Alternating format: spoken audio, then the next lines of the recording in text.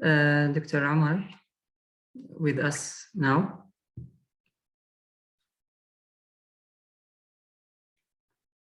Dr. Omar, okay.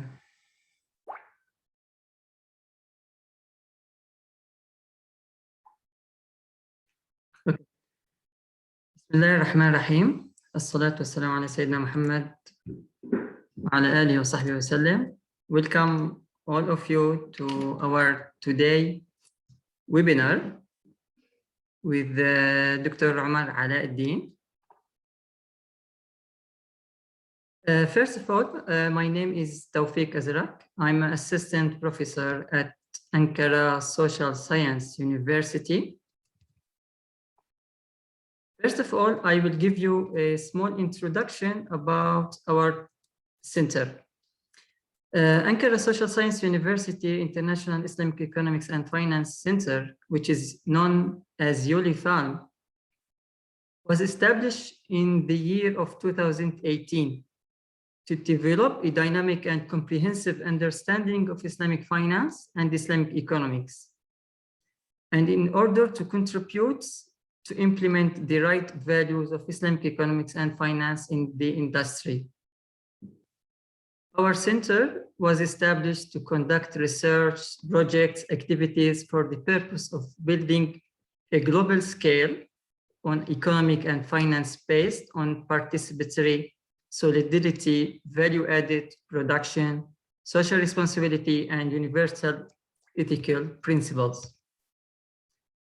Currently, at our university, at our ULIFAM Center, we are having 3 master degree programs in Islamic economics and finance, which is in English, Turkish, and Arabic as well. Now, we move to our topic today. It is well known that the digital technology have been transferring our economy and society in several ways since 1960s, beginning with the digitalizations of many business processes, and we are currently living at a unique moment in history. Among the latest waves of digitalization is blockchain, which is a technology that many say it's a promise to redefine the trust, transparency, and inclusion across the world. And for the past few years, there has been a significant increase in people's interest in cryptocurrency. So some argue that it's good to have alternative to the current fiat money system, while others claim that this will cause a serious trouble to the government monetary system. And with regarding to our Muslim world, most of us wondering that if this blockchain and Bitcoin halal, can I invest in this technology? Why it's allowed? Why it's not allowed? What is the reason or justification behind those dispute among the Sharia scholars? And many more questions, of course. So inshallah, today we are going to discuss those questions and much more with our guests from Malaysia, Dr. Omar Alauddin. He is a senior lecturer at University of Kuala Lumpur Business School. Dr. Omar, he is specialized in Islamic finance and Sharia audit. Currently, he is leading the University of Kuala Lumpur project to offer a full bachelor degree in financial technology. He is certified as Certified Islamic Finance Professional, CIFP, and Digital Finance Proficiency. Please, we will open the questions for all of you at the end of the session. So please, if you have any questions or not, you write it in the chat box. Okay, welcome Dr. Omar to this. Thank you very much, Dr. Tawfiq, for the introduction and for the invitation. And welcome everyone for this session. I hope, inshallah, will be a fruitful session with some simple information. We'll not go in deep this technology to make sure it will be, inshallah, within our simple way. Inshallah. So, Dr. Omar, in the beginning, it came to my mind the question of why do we need to have a new monetary system? Or in another way, we can say that, what are the problems and issues with the current system? Okay, thank you very much again. And Bismillah ar-Rahman ar-Rahim. Alhamdulillah Rabbil Alameen wa salatu wa salamu ala Sayyidina Muhammad wa ala alihi wa sahbihi ajma'in. Allahumma allimna ma yanfa'na wa anfa'na bima 'allamtana wa zidna ilman ya kareem. And that's what we will start when we talk about Sharia. And before we go in the Sharia of the Bitcoin and the cryptocurrency, we need to have an introduction. We need to have a basics and about what we call the new financial technology trend, and mainly about Bitcoins and other type of cryptocurrencies. So let me share with you, I've prepared some slides, so let me allow me to share with you. Slides will be much better for description and for more about illustration, inshallah. Yes. Okay.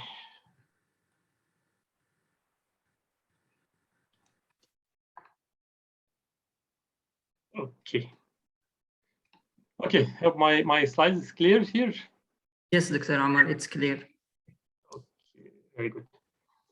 So just before we start on our discussion and talk, let me give a disclaimer here.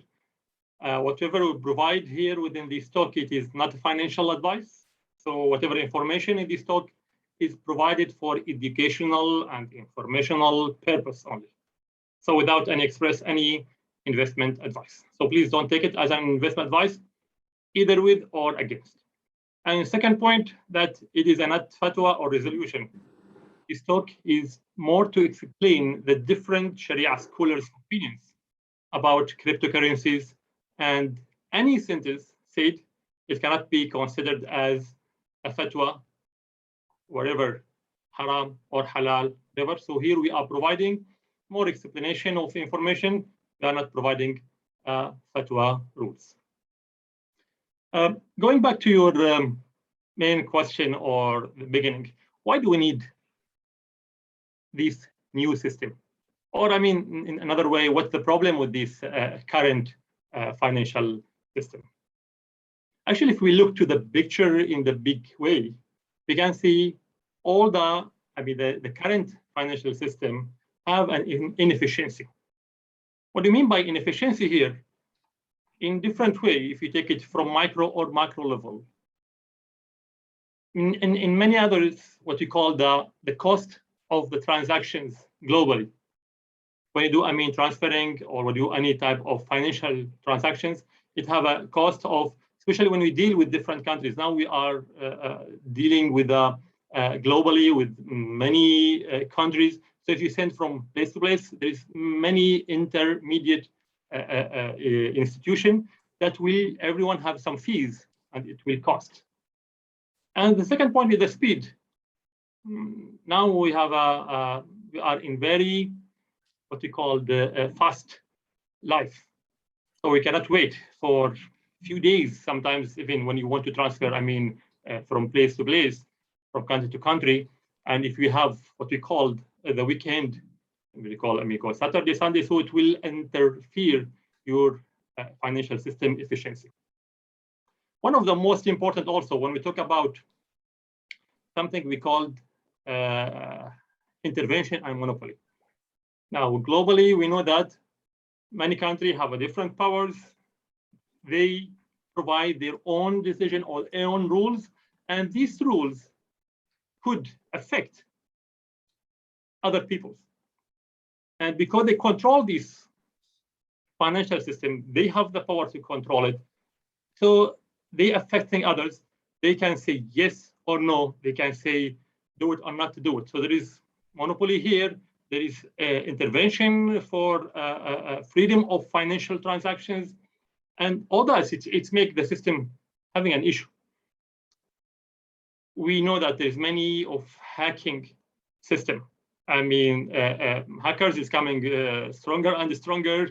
They can what's called hack your system also for the banks, and we saw a lot of cases happening globally that people can interfere and hack the system and store the information or leak the information in different ways.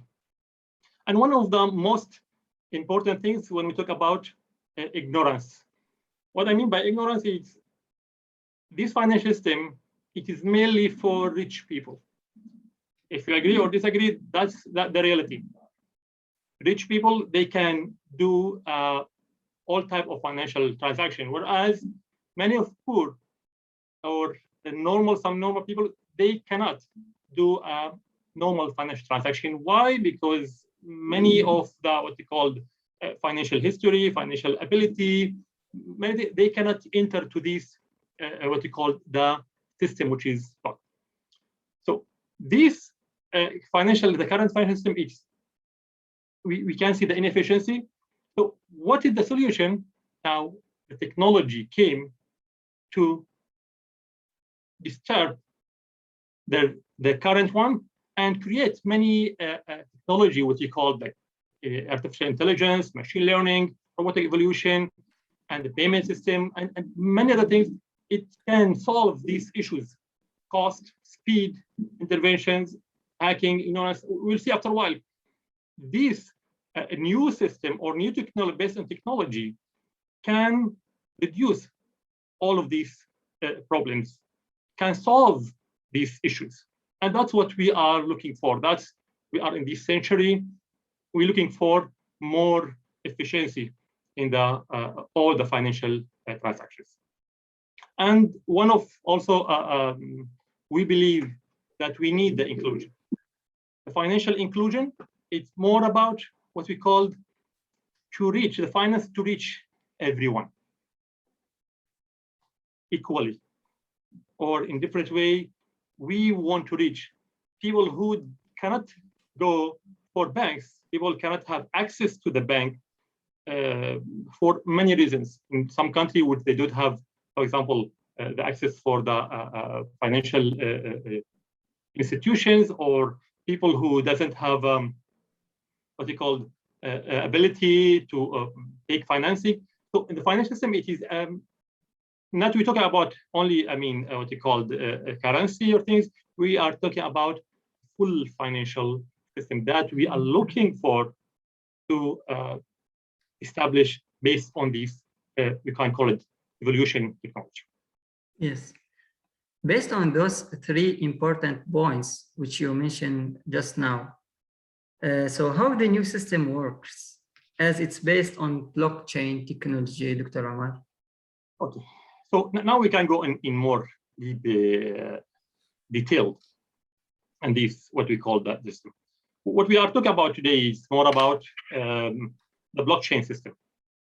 Before we go on the blockchain system, we want to know more how the history of this technology, it came on the picture. As you know, for many years, we do have something we call centralized system. What does it mean, centralized system?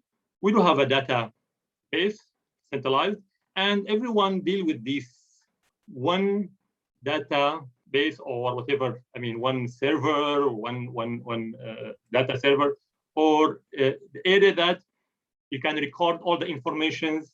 We call it, I mean, the ledger, like accounting or like any type of technology. So everyone have putting this information within this system, one system, and after that, everyone have a different access to this data or this centralized point. So if you are a different position, you can, I mean, take some information based on your authority. And also, if you are dealing with the banks, also all your information within the bank. So the bank also, they do have this centralized system. That's what we said, the issues with the current financial system. It is centralized with one area, with one place. So it can affect the cost, the efficiency, the what we call manipulation. It can affect the what's called the efficiency of this information. Now, the movement to the new system, which we called decentralized system, and also it is also distributed system.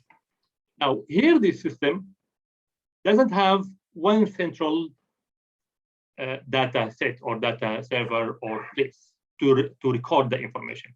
The information will be distributed to the whole point or all dealers or all users, either for the internet or for the blockchain. So anyone who uses blockchain, they will receive the same information. So this is we call distributed ledger.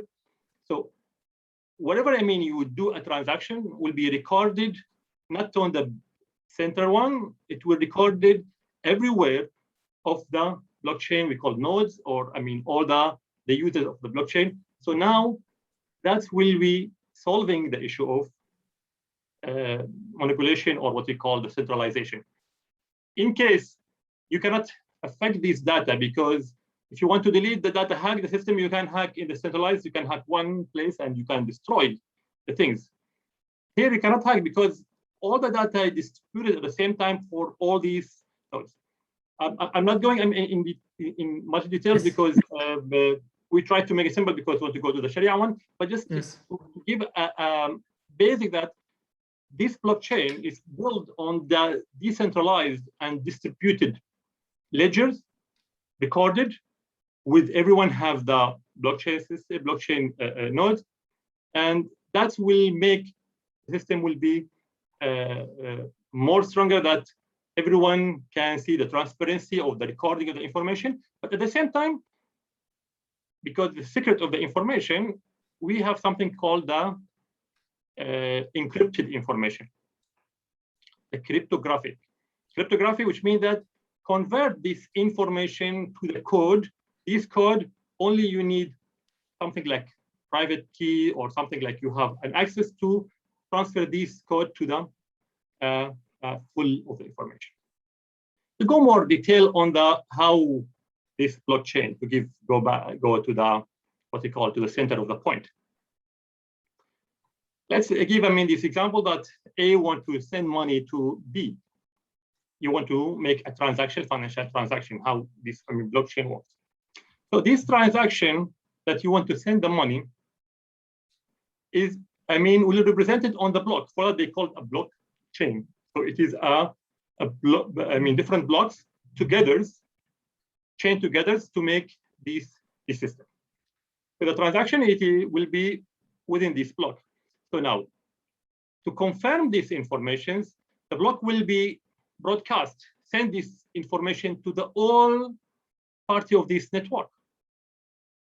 As I said previously, it is distributed, decentralized, so everyone will receive this information at the same time. Now, we do have something called mining. These people, they will try to figure out the code, or what we call the hash of this what's called block, and they will try to approve this information. If you have, for example, in the financial transaction, if you have this amount in your wallet and you want to transfer. So once one of them, they will get the information, they get the finding this information, we call it mining in the blockchain system, and it will be also sent to all the party within the network, and all will approve these things, and that's what we call it's approved by the system. So once it's approved, it will be creating, it will be, this block will add to the chain. Usually within this block, it has the information with the previous one. So how to, to link, has information than the previous one and the new one, and this information of the transaction. And once it's approved, the money will move from A to B. So we can see this is, the process flow of transaction. There's no intermediary, no, bank or no institution. I think that it is systemized. It's only a system can do that based on what we call algorithm, based on cryptography technology that will be making this transaction, sending to receiving, and it will take a very less time comparing with the normal financial transaction. Yes, this normal steps or 6 steps which you mentioned here, it shows us how this blockchain works, and it's understandable. It's clear for me, but came to my mind the question of the main characteristics of this technology. What is it? And us as a people, what can we benefit from this technology? Okay, so based on this framework, or simple, I know that some people, I mean, could be I mean, technical. They can see it. I'm trying to simplify some information. There is many behind that. Actually, I'm not technical guy who is, I mean, going very far to this, I mean, technical, how the things happens, but we understand how the process there. So this blockchain, actually, we can see the specification of it and the benefit. As I mentioned at the beginning, it is decentralized, which means there's no one center area that the information will be collected or saved or stored. It's stored with everyone in this network. So how it will make benefit? First of all, I mean, costly, the budget. It will reduce the cost. There's no intermediary. People who work in the banks, they know when they want to transfer money from somewhere, I mean, to another place, how it costs sometime. And even if you use some other, what you call individual or whatever cost, but here you are reducing or you are eliminating the intermediate party. And it's globalization, which means that you are here doing with any transaction anywhere. That's very important. It's anywhere, which means anyone have the internet, have this, I mean, a symbol of technology, they can do these transactions. Whereas if you go for someplace in a village, if there's no bank, it's impossible to do any type of transaction. We are here globalize these what you call facilities or these transactions. So we don't have any restrictions. Exactly. We will not have restrictions of geographical restrictions. In the way, the security is much high secure than the normal system. As I said, it's based on the cryptography, which means that it will be encrypted, the information. So all the information will be not disclosed unless the one who has the private, we call private key, the one who has access to do that. But it's what you call, the system will be encrypted, this information, and no one know how the things, it is what you call moving, who the person who send, receiver, whatever the information. It will be high security. And also it is, as I said, the time is very important now. It is the velocity. It's instantly in the same time you can confirm or you can do the transaction and confirm within the blockchain. It is within, I mean, the block to, I mean, accept it's within 10 minutes, but it is the time of this transaction. It can be within seconds. You can do this transaction. If I am transferring amounts of money from one country to another, no need to wait for 1 week at least. Yeah, in all this, what you call the traditional way will be Immediately. It will be, I mean, runaway will be disappear. Yes. And one of the things also very important, the security here, also the irreversibility, which means that you cannot reverse the information because it's blocks and chain of blocks. Once you make block and confirm, and you make another block, you cannot edit the first one. It's impossible. It is just the block will be closed. And that's making the secure of the information. No one can affect the information. No one can edit this information. No one can go to the bank and try to, I mean, change the information. If they want to change any, I mean, any information, he has to change the information with all the network, because I said it's distributed ledger. Everyone has record of these things. So no one can do the change or affect. That's the high security when we talk about it. And also is anonymity of the Bitcoin address, your address, things is connected with another address. So there is anonymity of the information going from where place and the place based on the cryptography way. Yes. I think this introduction is very important for us to discuss before we go to the Sharia issues, because we cannot discuss the Sharia point of view of the scholars before knowing or discussing the main specifications and benefit of this system. Okay, Dr. Omar, it came to my to my mind that going back to the new system, which you just explained, which led to the evolution of cryptocurrency. Could you please elaborate more on the basics of cryptocurrency and its specifications and how it differs from fiat currency? Because currently we are using the fiat money. So how it will be different? Okay, so based on the, I mean, the flow and the what you call the process, I show how the blockchain used.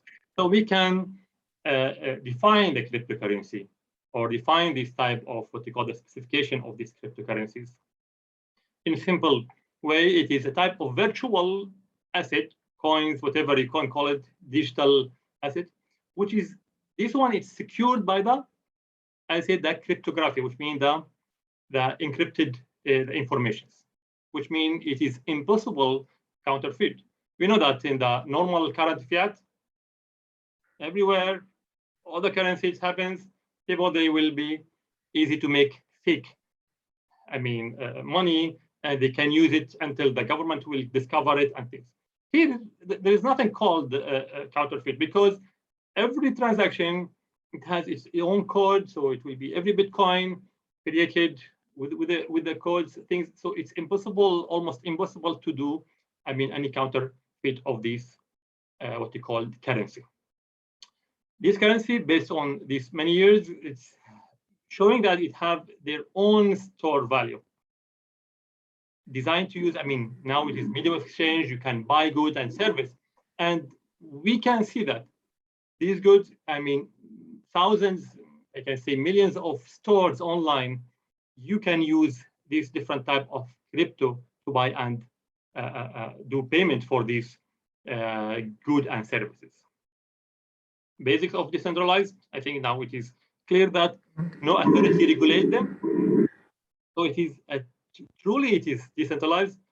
No authority having this control, because if it is centralized, authority can affect, politics can affect, different rules of the country, different rules of whatever of people's will affect. But here it is decentralized things. And all this, most of the cryptocurrency are built on the blockchain network, ensuring that this will be transparent of the information, encrypted of the information, easy to track this information from one to one to one. Yes, it's easy to track, but we track the code that we know that it's transferred from one to another one, but we don't know who is exactly who the sender and who the receiver. And one of the basics of this crypto, it is immune to government interference or any kind of manipulations. So we want to run away from global monopolized financial system to be more freedom of what they call the financial transactions, not affecting by the rules of some people or rules of some governments or rule of some countries. And people know in different countries that how some countries, like especially in the US, how they can affect other countries, other financial what you call the transactions by just a rule of them. They can stop many accounts, they can stop many transactions, they can say this is a terrorism, this is a thing, this is a whatever. They can affect people in many ways. But here, this system, it is more going to the community, going to the everyone will be sharing these things. And we believe that this digital structure will make geographical borders, reduced or also eliminate. We can do a transaction between whatever, anytime, and without these costs of the intermediary or the things, not affecting by, okay, I'm living in somewhere, there is no financial restriction intermediary or whatever things. There is no restriction as well. Yes, you are right. Coming back to the point which you mentioned regarding the governments. So if we talk to the topic from legal perspective, Dr. Omar, how the regulators globally will address this new trend? Did they accept it? Did they reject it? Okay, so because of this still a new trend, now we can see globally perspective of this cryptocurrency, and mainly we can talk about Bitcoin. I actually said that we talk mainly about Bitcoin, but in general about all the cryptocurrencies. Different countries, they do have different opinion, they do have different action against. Some countries, I mean, you can find like US, they regulated, they do have some what you call some regulation for it. For now, it is, I mean, what you call recently about it and things. So they provide, yeah, some rules for it, and also, I mean, this is, I mean, within US. Whereas on the other side, which is China, they ban any transactions. Okay, if UK they regulated, and like for example, also Germany, they are also accepted. South Korea regulated. Turkey, as I know, that's banned. I don't know if there is any recent things happening. Also, I mean, there is some country, and the first country, El Salvador, they adopted, which means that they are more take it as part of their their system, not only regulation. So they take more initiative actions. But to understand why, I mean, these different countries, and when they look to it, have a different opinion or different action against it. First of all, you know, politics is the main reason for any rules or any view in the countries. So if it affects the politics, what you call the view, or they feel it affect them in different ways, so yes, they will be aggressive against it. Whereas if they found no, it is in their side, maybe they go and they facilitate for it. So politics can play the main what you call role, and it will be shifting these rules is a right or wrong, I mean left, based on politics. When they change, could be change also. Affecting the economy and monetary system. When you have something new, always people are afraid from it. Anything's new, okay, some people, they said, okay, let's wait and see what will happen. Some others said, no, let's take an action. And this, talking about money, one of the most sensitive commodity within the country. So it is something you can say that economy is affecting very high. So if I use this crypto, what will happen to my own monetary system, own money, financial system? Economy? Yeah, I mean, how to affect the financial system, even the economy system itself, how it will be dealing with that. My money, what you call the fiat money, how it will be, the value depreciate or appreciate, or it will be inflation. Many things will come to the mind of these what you call the country or legal people who give the rules. So they have to consider that. And one of the things, it's really difficult to regulate. When we talk about money, or I mean currency and cryptocurrency, not easy to understand the technology and how technology change every day. So if you give now regulations, next day there is new technology came, new crypto in different way, and come on the picture, and suddenly you don't know how to regulate it. You have to change it, and it is very dynamic one. That makes it not easy to provide rules and regulation and standards to follow. And the problem that, as you said, what you call the fiat money or the normal money, country can easy to control it. In crypto now, it is within the people; they cannot interfere. Taxation, one of also big fiscal, policy of the country, and taxation policy, how the tax and how it will be. Some people, they say this crypto can run away from taxation, and because it is encrypted anonymity of what they call the person who do transfer or money or things, so it will affect that. And one of the most important, also, they're afraid of the illegal transactions. Yes, we agree that many illegal transactions, it could happen by this type of what we call type of thing.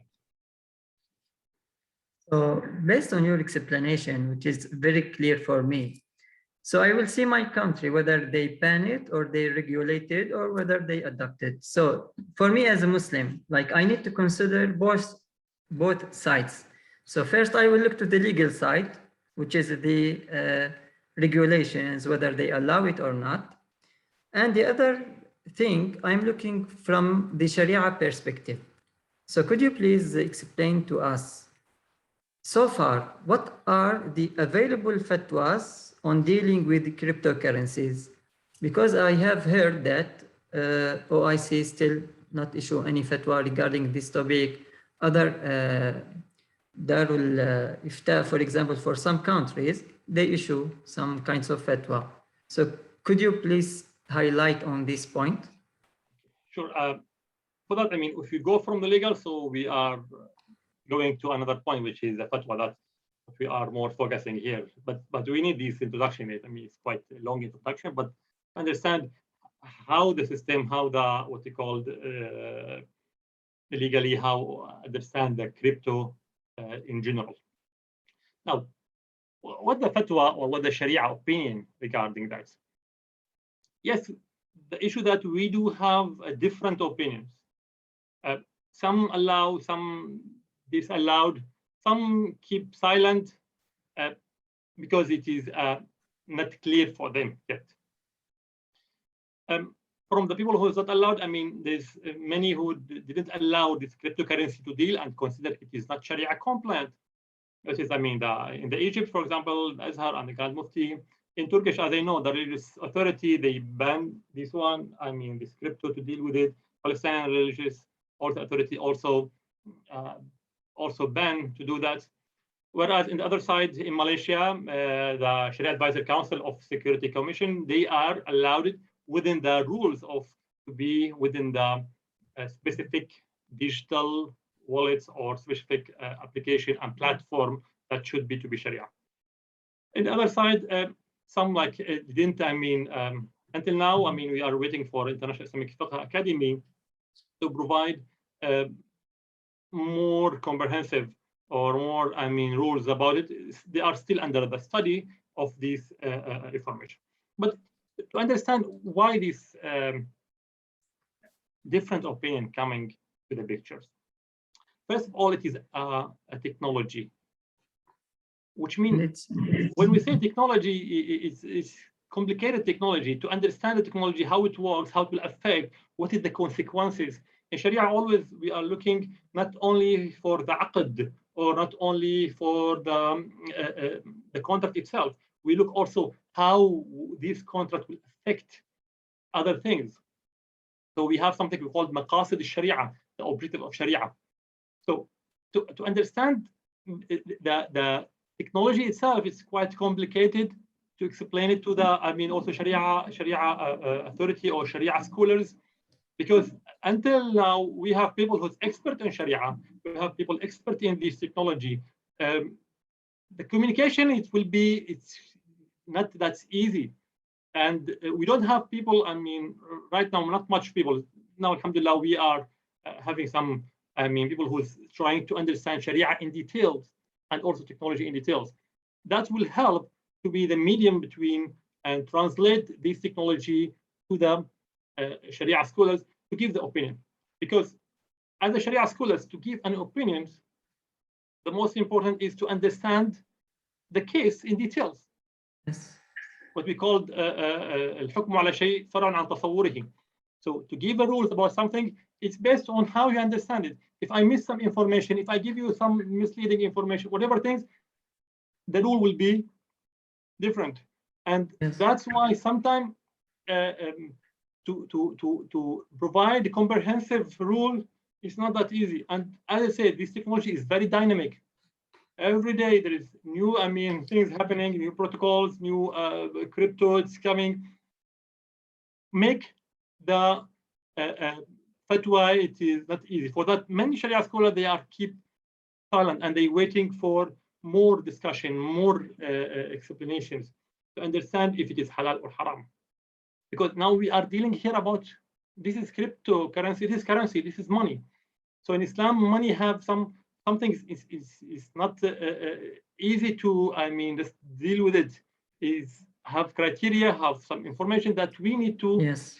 understand about it. This is, now it came to my mind that based on your explanation, I see many scholars, they defined whether it's allowed or not allowed based on its category. So if they defined it as money, maybe they will allow it. So based on that, could you please give us just general information about the concept of money in Islam, its specifications, history, types, and so on? So to compare, Okay, so that's what will coming to our pictures when we talk about money in Islam. Okay, in history, how the money it is convert from one type or one style to another type to another type. For a long time ago, we have the barter system. I give you my cow, you give me some of your, the chicken or the house, or it is barter system. There is no intermediary system. After that, create the commodity money. This commodity money, and basically when we talk about gold and silver. For that, for a long time, the commodity money, or the money that is based on intrinsic value. This we do have from even Quran and Sunnah, all about the zakah, the riba, talk about the gold and silver, ذهب والفضة. And for many years, that's the main system that used. But after that, 1970s, when actually it's the money, it is what you call not linked to the gold. And we do have something called the fiat money. Fiat money, it is the currency that we do have it in our hand in different design or different what you call type. And after that, it will move to something we call now we have the e-money. And by the way, whatever we are talking about here, cryptocurrency and the Sharia opinion, we are not talking about the e-money or electronic money or digital money. Digital money, it is something like your credit card, your debit card, your transfer of, the money within the monetary system, your monetary system. We are talking about Sharia regarding something, the new one, which we call virtual currency. It's a new currency, new type or new design of money based on algorithm, based on mathematical equations, based in the what's called cryptographic design. That's what we are talking about. So the money is moving from every stage. So we do believe, that the dynamic of life, it came. So whatever happening for past could not suitable for now. And one of the rules in Sharia that when we talk about currency or money, the currency or money is a medium of exchange. It's not a commodity by itself. And that's important when we talk about deal with this currency. So it is not by itself, it's currency, it's commodity. It is just medium between two commodities. When you want to convert commodity to another commodity, so you are using between these two commodities, you are using this currency. And that's an important issue because one of the rules in the Islamic economy, otherwise, when you talk about riba and how the riba will be in the definition, it is dealing with money as a commodity and you can rent this commodity. That's the definition of of the interest or riba.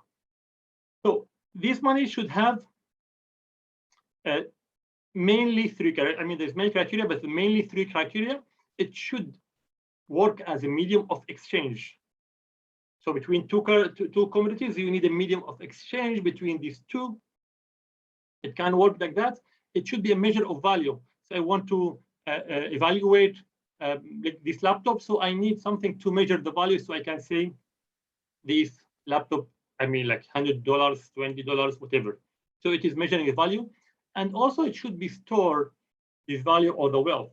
So if I can keep it for a while, I can use it after a while to, of this, what you call the currency of this money.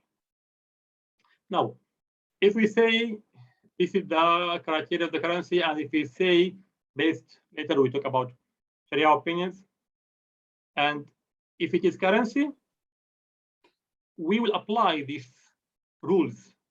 The first one, عقد الصرف. In Islam or fiqh al-mu'amalat, the fiqh or the fiqh of financial transactions, Islamic law of contract. Islamic law of contract. We have one contract. It's called عقد الصرف, or I mean the contract of dealing with money, exchange of money. With money. There is rules of to be on the it's spot and to be same quantity and the quality. Yes. This is the things it should be applied. Riba rules applied when you have a loan or when you have a transaction. So if it's currency, the riba applied, because if commodity not applied. So if it is crypto, we call it currency, you need to apply the things. Also the zakat rules. So if it is currency, you have to make zakat on this item. So that's why we say that it's important to understand, is it money or not money? And that's make Sharia scholars have different opinion. Disagree with that, or no, it is not money, it is haram, it's halal, providing different opinions. It's clear. Thank you, Dr. Omar. Just for your kind information to the audience, inshallah, as I promise you, we will take your questions at the end of the session. So you just please write your questions in the chat. So Dr. Omar, based on your discussion now, before you just mentioned that, so we have these two contradicting Sharia opinions. So let's start with the justifications of justification behind the prohibitions of this crypto. Why those scholars prohibited? Okay, as I said, defining the money, defining the understanding the concept, understanding the what we call the technology, taking in consideration different points, that's make different point. So if we talk about people who disallowed or say it is not halal, here we will stop for a while to understand why these Sharia scholars or Islamic scholars or people or authorities say it is not allowed to use cryptocurrency. First of all, we have something called uncertainty or gharar in Sharia. In any contract, in general, we have to avoid gharar, because uncertainty or gharar will affect the contract. So based on the opinion of these justifications, they said these anonymous issuers who issue coins. And okay, now let me tell you, here they are talking about mainly about Bitcoins.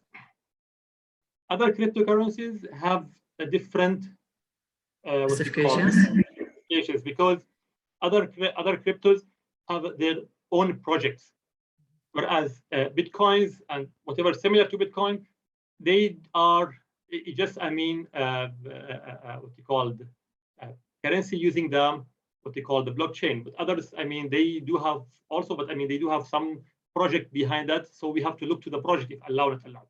But here to focus more on the Bitcoin. Why people say it is haram? Because Bitcoin is the leader of these what they call the first one, and after that all these cryptos came. Now today I believe that we have more than many thousands of cryptos. So back to the uncertainty and the gharar, we have anonymous issuers who issue these Bitcoins. until now, we don't know. It is Satoshi, I mean, it's the beginning, but who is Satoshi? We don't know. I mean, sure, at the beginnings. And the organizer. Also, within the system, so sender or receiver, we don't know their entity. We just know the code.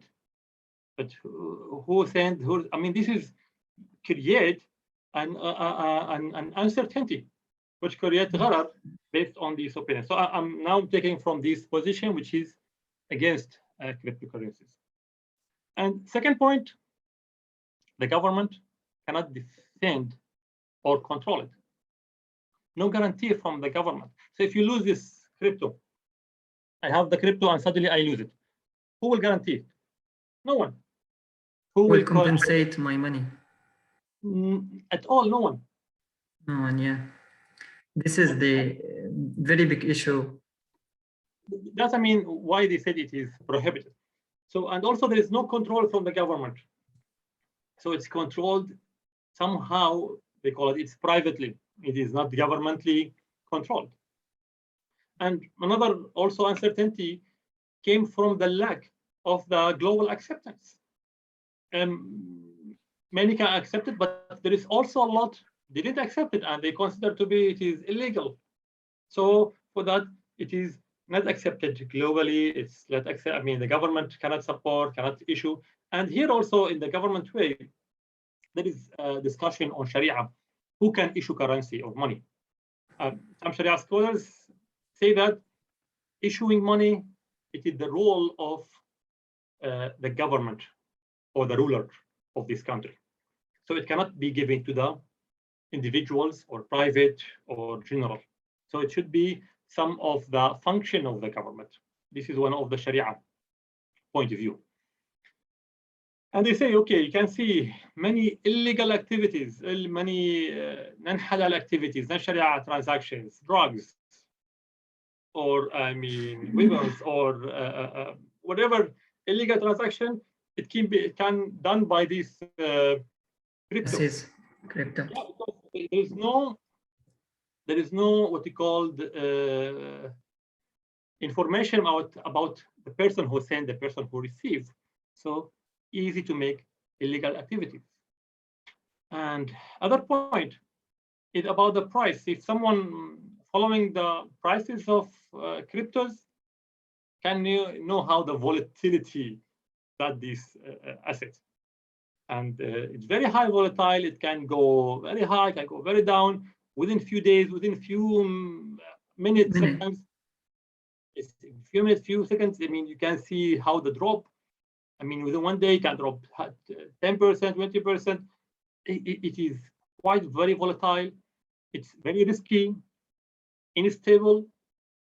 And people, because of this volatility and instability, many people, they use it for speculation. So people, they go and just invest to what's called, now is price is low, buy, high, sell. Just, I mean, take it as for speculation, not for a real payment, not for real investment. It's just a type of speculation to get what we call the difference of the margin of going up and down. And another issue, another problems, the Sharia point of view, it's the virtual, it's not physical. They said, show me the asset, show me the currency, show me, I mean, it's just a code. You convert it from one place to another place. It's coming currency. It is something not acceptable based on them. It is, there's no physical or tangible what's called assets here. And for sure, also there is I mean, the data breaches, fake platforms, applications. Yes, also this affect many people. I mean, they can create application. Within this application, people, they can buy the money, and suddenly some issue happening with this platform disappear, whatever, and will make it also people will lose this money. So based on these different points, different justifications, they say it's not allowed. It's very high risk to invest in it. It is uncertainty there. It is illegal activity there. No government support. It's clear for them are not allowed or not Sharia compliant crypto or currency itself. Yes, so those are the main justifications points for most of the Sharia scholars why they disallow using this currency, cryptocurrency or Bitcoin, as you mentioned earlier. The high volatility, we can found it. The risk here in Turkey also, we have one case that one guy, he collected some money from investors and they trust him. They put to his portfolio, and then in one night he disappeared with all the millions USD outside the country. So those are real justifications for the great our Sharia scholars. Now, on the other hand, we saw also other Sharia scholars who accepted. So could you please explain to us what the justifications for the Sharia scholars who allow the Bitcoin or the crypto? Okay. So as I told you, we are not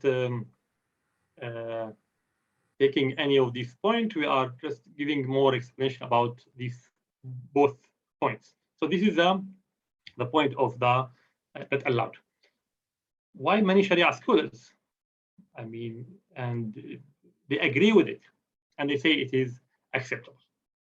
Okay, to go to the basics, Islamic rules and Islamic financial what they call transactions usually have principles.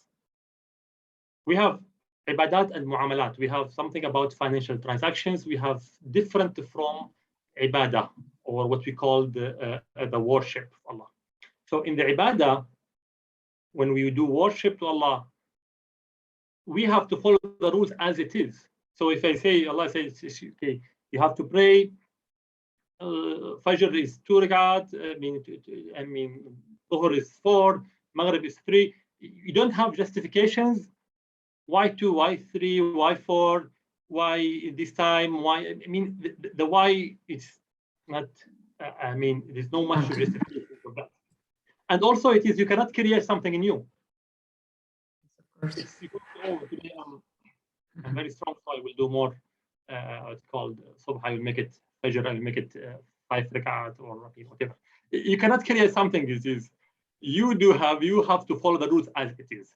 Whereas in the other side, when we talk about muamalat, transactions between peoples, Allah gives general rules, which the main rules, everything is permissible, unless there is a clear evidence that it is prohibited. الأصل في الأشياء الإباحة. Everything, it should be muamalat, should be based on permissibility. You cannot say it's something it's haram unless you have to provide the proof why you say it's haram. You are the one who say it's haram, this transaction, you have to provide the proof, not for me. If I say general is, it's permissible. You mentioned الأصل في المعاملات الإباحة. So this is general rule. Correct. Now, so when they reply to this issue, they addressed by people who disallowed.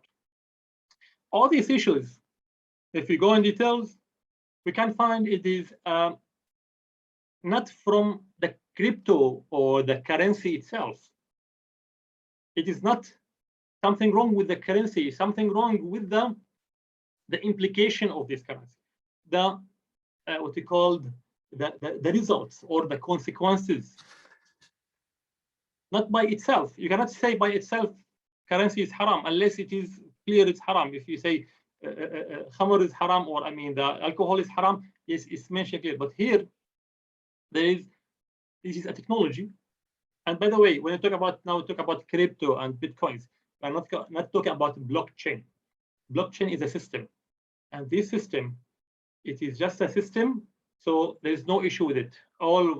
They are allowed for the blockchain itself. But I'm talking about the cryptocurrency, which build on the blockchain system. Because blockchain itself, the system, you can build many things. You can build based on what you called for authority for zakah, you can do for things for waqf, for something Islamic finance, you can do blockchain. It is more a secure, decentralized system. Back to the point, the Bitcoin. Now, this is a code built on the system.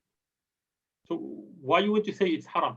Yes, this is an issue, but doesn't issue, meaning doesn't make the original rule of crypto or Bitcoin is haram. If you say it is anonymous issuers, organizer, sender, receiver. So this point, in Sharia point of view, so what if I don't know the sender or receiver? If I don't know the issuer organizers, it does not affect the rule itself. It doesn't convert the rule from haram to halal, or sorry, from halal, sorry, from halal to haram. And that's the gharar here is gharar because of the issuer organizer, the system itself. It is the organizer. If you say there's no government to defend it, the system, it is stronger than the government, and that's the first point that we said at the beginning. System, which means it is based on the technology, based on mathematical and algorithm, and based on the cryptographic things. These things ensure that will be stronger than the government that could be affect the currency itself. That's why in Sharia, if we solve this issue, so we solve it by what's called the system itself, system of the blockchain or the system of the network. Lack of global acceptance, yeah, anything is coming new. When I show about the history of money, when we move from the barter to the gold to the fiat money, everyone say it is fiat money will be not accepted, whatever. If we say electronic money also, this is a new technology, new currency. Yes, now we have less, but compare 10 years ago and now, there's millions of stores online, they accept it and they use it, and it's increased daily. Many countries they accept it, many countries they are going to regulated. So which means that it is receiving the acceptance, but it's gradually. You cannot suddenly you say, okay, it is one shot and you are finish will be everywhere accepted. So if you talk about that, no, it is normal system evolution to reach to the level that most countries will accept it. So it is not point from Sharia. If you say about illegal activities, if you also they say that most of the illegal activities, they will use the crypto based on those illegal activities. I mean, they will depend on this system to use their illegal activities. Correct, but I mean that's from this opinion of who allowed it. They said look to the illegal transactions, most of them based on the fiat money. I mean, we know that US dollar or other currencies, billions and millions, they use it for what's called money laundering and other things. The fiat, and we are dealing for many years using this money. So even all this money can use for illegal activities and in different ways. Does it mean that if they use for illegal, it will make it haram? No. Yes. In Sharia, I cannot say because you are using, if I using the pen, it is halal. But if I kill someone with this pen, this tool, it is haram.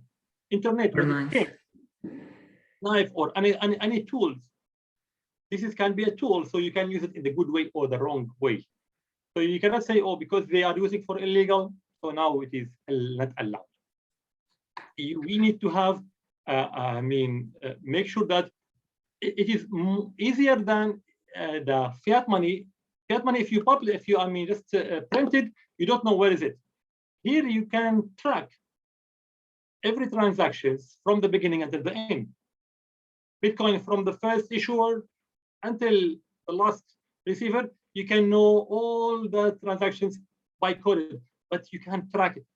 But in the fiat money, no one can know it. It can happen. Yes. There's many ways that for money laundering. So it is these illegal activities. It is justified, but in the way that fiat also has more in this. Speculation, high volatility, risk, instability, same justifications. Look now to the different countries, Arab countries, for example, and even African countries, how much they lose the value of their money. The inflation is very high. Too much high. If you look to it, in some countries, now you know what, in Africa, some countries they carry. I mean, if you want to buy by the what's called the notes, you have to carry it by boxes. I mean, which means it's reduced. You can see even in some other country when there is a war or things, how the value of this currency or fiat currency is reduced too much. But does it mean that you can say this currency now it is not allowed to use it? No, still you are allowed to use this currency. So the volatility, the high volatility, yes, it's effect, but it doesn't make something halal, make it haram, or you cannot rely on it to say, oh, it is high volatile, so you cannot use it. Otherwise, you can apply these things in the fiat money. Also for speculation, yes, we can see now how the Forex applications, they use it everywhere or whatever things, which is not allowed actually in a different way. But in the fiat money, there is a lot of speculation happening, the hedging and many type of tools for the speculation things. So it's applied much higher within this current system comparing with the technology system. One of also, when you say that it's virtual, not physical, we are moving in the new century. We cannot say just okay, only the what I can see, I can believe on it. We have something now. Many people they selling what you call the NFT. They call it the assets with the code only and by internet online, which means you can do many things virtually. We are moving to the virtual life. Even when the COVID-19 happens, people believe now we are going to the online base more than physical things. And it's if you cannot, I mean, it's not physical, doesn't mean it doesn't have meaning or doesn't have value. yes. As I say, the value by its results. Electricity doesn't have physical in itself, but the result, we know how is it, how the cost, how the value of it. Same we say about this currency. Yes. And this, sorry to disturb you, but this virtual, not physical, especially happened after the COVID-19, because now currently the banks here in Turkey, for example, they are sending messages, please don't come to the bank unless there are something important you want to make. Otherwise, by using your mobile phone, you can transfer any amount of money. Of course, your salary will come to you. You can pay your rent without seeing the money, or you can touch it. So this is very... I mean, that's when we move from actually fiat and normal what's it called money or what they call the notes that we do have. When we move to e-money, electronic money, it is virtual in some way. Somehow it is because it's linked with your money, but it is virtual. You transfer money and convert to here, there. So all the transaction happening within the network and no movement actually of the actual money. There's no movement of the note itself. So virtual, it doesn't mean it has a value by the result. You can buy, assets. You can buy commodity with it. You can use many different what's called payment system using this even virtual. Finally, also data breaches, fake platform. This is all again. It is all this consideration should be taken in consideration, and it not affect the rules. So to summarize, here's the point of the allowed. They said that people who disallowed it, they build it on something called sadd al-dhara'i, which is blocking the means. You are not allowed something because it's halal, also not allow something halal because it will end up with something haram. And sadd al-dhara'i here, meaning that this rule, if you, release the results or the point, so it will come back to the original rule, which is permissible.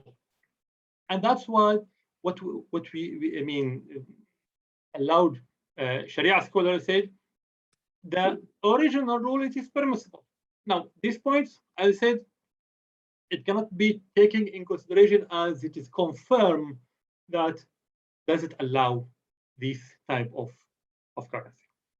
Yes, as Sharia scholars, they said, you can say it's not encouraged to do it, be careful, take risk, high risk, whatever things, but to say it is haram, they said we don't have much of a confidence rule that to say it is by itself, it is haram. Yes. So this is in summary how the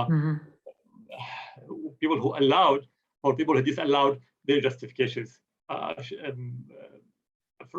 For that, I'm just trying to make the thing, it's simple that to understand why Sharia view is different, why Sharia opinion is different, why they are looking from different perspectives on this issue. Yes, I think you make it clear that both coins of both sides of the coins, you say why it's halal, why it's haram. The scholars, how they justificate this one. Dr. Omar, just last point, I would like to ask you, could you share with us your own advice about dealing with this cryptocurrency from your experience? Okay, so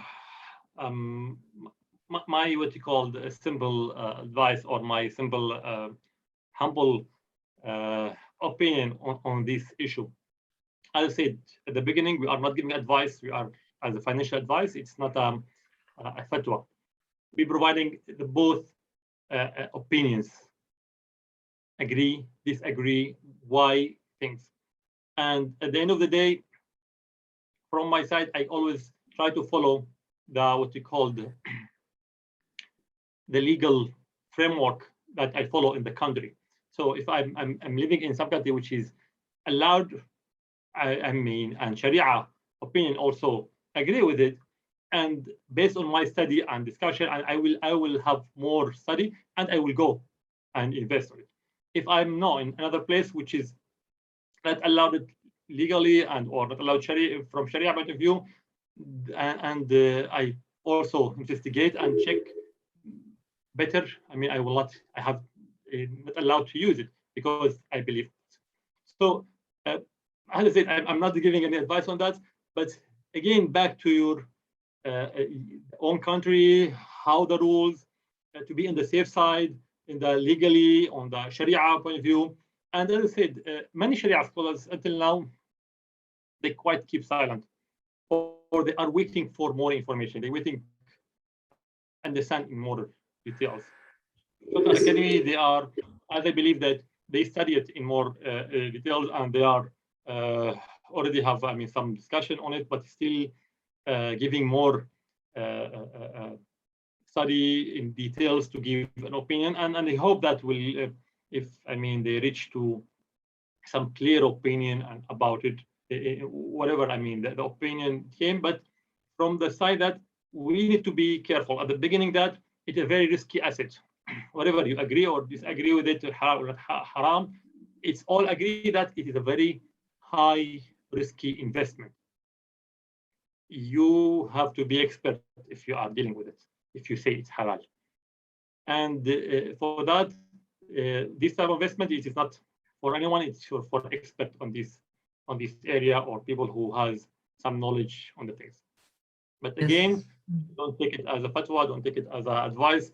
It's up to you. You can follow this expert Sharia opinion or this Sharia opinion, and you do your own homework, own explanation on that. Yes, it's very clear explanation. So personally, I benefit a lot from this explanation. I would like to thank you very much, Dr. Amar.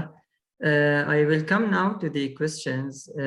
Please, first I will take the questions from the chat box, and then I will see who raised his hand. Then I will open the mic for him and he can ask, inshallah. So Dr. Amar, we have just one question. Does this fatwa, which you explain, is applied to all kinds of crypto? Okay, that's what I mean explained at the beginning. It is mainly for Bitcoins. All this fatwa is for Bitcoins. Other cryptos is more having some project behind it, so I need to study one by one and giving more details of the fatwa. This is the general fatwa. Okay. There are also one question about how about private money. This is when you explain about the different types of money. Yeah, I mean, what do you mean by private money? Is it? I mean, we call it the e-money, the electronic money, but the private money. This is also I didn't understand. What does it mean by this? Yes. There also one question: why Sharia Advisory Council in Malaysia regulate this cryptocurrency? I think we have giving the opinion of how the Sharia permissibility on that. So based on the Sharia permissibility, so they make it regulated. Correct. Yes, okay. Tamam. Also, another questions we have, what is the underlying of the Bitcoin currency and can we consider it as commodity? Okay, so there's no underlying asset behind it. The underlying is the system itself, the blockchain, it is it's what's called, is a virtual things. For that, that's why people, I mean, Sharia have opinion. No backed with an asset, it is only what you call code or mathematical code, which is converted and created. And once it's created, it has a value, and it is you can, I mean, transfer it and other things. Okay. Last question I have on the chat. 1 ounce of gold was around 34 USD in the beginning of 1920. Now it's around 1,800 USD. So is the USD not volatile? Plus, what is the fatwa on using a currency like USD, a country which hostile to Muslims historically? We are financing their treasury. So before blockchain, we need to answer these questions, I believe. Okay, I didn't get, I mean, the question very well. I mean, please come. I think he's asking about the volatility of US currency. How this is his question, I think, related to the justification of disallowing the crypto. But you mentioned on the other side why they allow it, these scholars. So that's what I mean. I mean, the fiat money also have its own, I mean, volatility and the things. Okay. Okay, Dr. Amar, also, if you have came to your private message or direct message some questions, you can read it from your side. Okay, I think I have only the main one. For the direct message, we can, I mean, actually, I have my contact, so we can, because we want to focus on the point within the, I mean, the talk. So I think also you can open for the. Yes. First, let me take. How many minutes till we have? Just around like 15 minutes, inshallah. Just 15 minutes. Can you, Dr. Amar, from your side, end the slides sharing? Yes. Now, just I have Mr. Tijani. Mr. Tijani, then I will take Dr. Rana. Also, she raised her hand. Yes, Mr. Walaikum salam wa rahmatullah. Please. Thank you, Dr. Tawfiq. It's quite amazing. Dr. Umar, we really appreciate this presentation, and also this talk is very useful, more especially to me.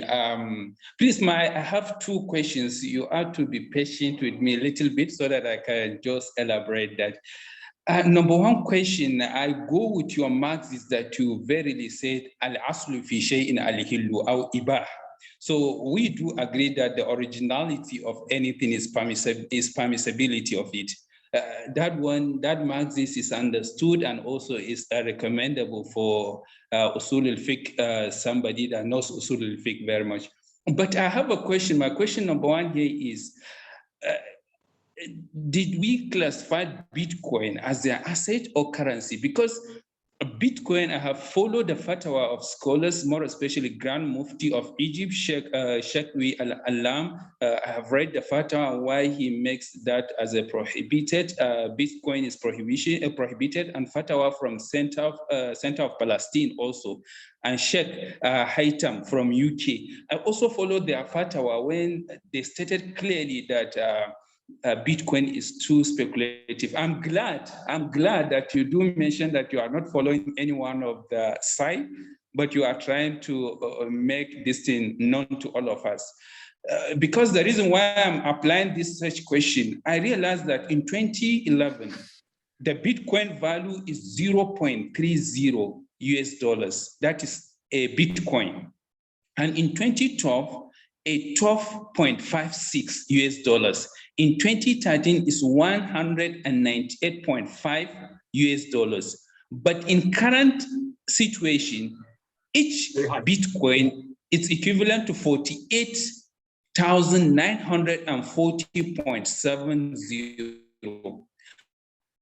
Okay, so I think that. Thank you, Mr. Tijani.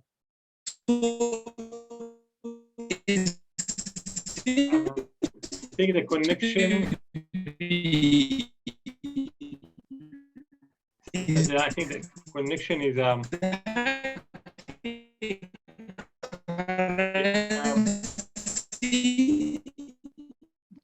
Farouk, I think the connection. Okay.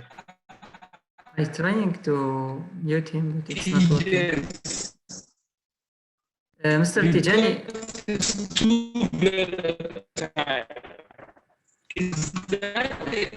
I think the mute.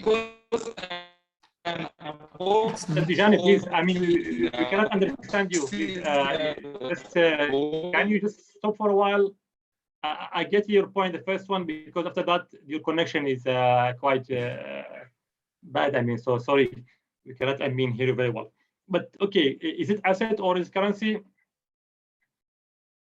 This is make the difference on the opinions. Even from the globally and technically and conventional way, some they call it crypto asset, cryptocurrency. It is considered to be currency or asset. Till now, who agree is it an asset? Convert it as an asset. So it say that yes, it is an asset. So it carry all the rules of the asset. Whereas the others who said it's currency also say, is it a real currency, Sharia compliant or not? Different opinion on that. Till now, no clear justification on this issue. Dr. Omar, just last question came in the chat. Dr. Omar, can we consider cryptocurrency as productive assets, أموال نامية, in order to impose zakat? Okay, when we deal, if we agree with that, so now you have the steps. So if you say cryptocurrency is halal, or it is a money, you move to the second step. So it will apply the rules of money.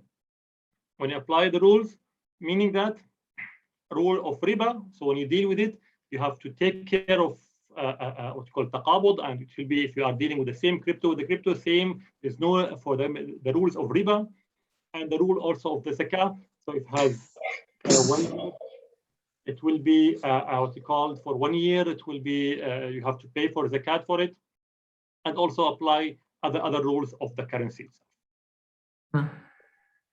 But if you say it's haram from the beginning, so it is it's haram. So yes, there is no rule that apply here. Mr. Tijani, he was asking, I don't know if you have any questions. Yes, Assalamu alaikum. Yes, wa alaikum salam. We are hearing you. Yes, yeah, sorry, the network, I'm having issue with the network. Like I've said, currently, for instance, when we look at the first invention of Bitcoin, we realized that it's so low, which is the value is 0.30 USD. But if you are to compare, because that one started 2011, but if you are to compare right away, the value of Bitcoin is about 48,940.70 USD. So my question here is the Bitcoin asset or currency? And the second part of it, like you said, yes. Yes, the second part of it, you said that yes, we are still having issue with the inventor of Bitcoin, which I do agree with you 100% because the inventor Satoshi Nakamoto, he's still unknown to all of us, and also this thing is very volatile. Sorry, you know, I have a case in Nigeria here. There are a lot of time. Yes, okay, Mr. Tijani. Okay, please, can you answer that? My question is, we have the same case with some platform here in Nigeria, whereby some of people may start trading or may start giving some issues related to this, but at the end of the day, they wiped away the people's money and ran away without compensating them. And you don't have anyone to hold as responsible for that missing money. So okay. I see that they are similar in terms of attributes. I don't know what you can say about this. Thank you. Okay. Thank you. Thank you very much. So, I mean, it's clear, said, the things that would be government, like, for example, Malaysia, when they issue rules regarding, they said these will be Sharia compliant based on some, what you call, some rules. So it is within only specific platforms. Because here, I mean, the role it will be, I mean, more as to provide which platform it is accurate, which platform it is what you call authentic and not fake, and not will be, I mean, cheating or whatever things. So the government, or I mean, every country, they do have their own rules and regulation, and that's it. One of the issue and challenges in the cryptocurrency to provide the regulation for it. It's, I mean, very dynamic, not easy to provide it. But you need, once the country regulated, they must have this, I mean, which wallets, for example, e-wallet, it is acceptable, which one is not acceptable, which was it is regulated or not. And that will be reducing them, what's called this type of transaction, which is acceptable, or which is, I mean, illegal actions from the fake platforms and people who try to cheat in this way. Okay, Dr. Rama. Just any other questions? We have still around 2 or 3 minutes. Anyone have questions? Please welcome. Okay, so I think if we don't have questions, so because no, anyone? Yes, I think because now it's 1:30 yes. In KL. Sorry to keep you no, wait it's until okay. this time. I'm very happy for that, and that's what is by, I mean, summarizing on this point. Yes. That we can see the dynamic of this system, and this dynamic of the system, it will be going very fast, and the Sharia point of view try to be updated with this system, try to be going with this technology in the very fast way. Some country, they are trying to, some Sharia authority try to link to these dynamic things and provide, okay, it's halal, and just let's work, let's start with it, and later we will see how is it. Some quite restricted say, okay, no, okay, it is quite, we need to understand it very well before we issue any fatwa. Whatever, I mean, the decision, both, they have their own justification on that. I said, the technology itself, if you go in details, it's also quite quite detailed, quite complicated. I know, I hope that I've succeeded to make it a little bit simple. I'm still also learning about that. Going to the technical way, it is not easy to every day when you go, I mean, this hash and things and how the link and the technology and behind it, the work of proof and things. people who studied, technology will find it quite complicated. But we try in these steps, and inshallah, within these what's called lectures, within this talk, we can share some information, and we hope that inshallah we'll continue on. Maybe with Dr. Dr. Amar, we will, of course, in the near future, we are going to host you again with another updates, inshallah, on any Sharia issues. Sorry, but I think now it's 1:30 a.m. in KL, and the time of webinar, it was it was planned, to be 1 hour and 30 minutes. And we exceed the time. Anyway, Dr. Omar, you have put already in your slides the communications. So you have already Dr. Omar emails, so you can ask him any questions anytime. And Dr. Omar, inshallah, he will answer your questions. This yes. is also, I'm very happy, that we communicate, as I said. I'll share also later, the slides, if give it to Tofi, you can send it to everyone to get us. And this is some of my, information, so we can keep in touch. And as I said, I'm still learning, still getting the information, still sharing with you. And also, if you have some discussion, all of us, we get much better of the informations.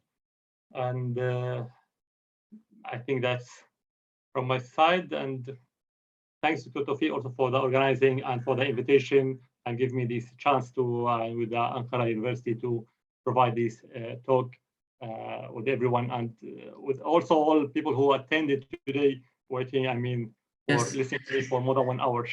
I would like to thank all the attendants for their patience, for their attendance today, and inshallah, we're going to organize similar webinar soon, and we will announce it inshallah soon in our social media. So just please keep in touch, inshallah. Thank you, Dr. Amar. Assalamu alaikum wa rahmatullahi wa barakatuh. Wa alaikum assalam wa rahmatullahi everyone. Assalamu alaikum.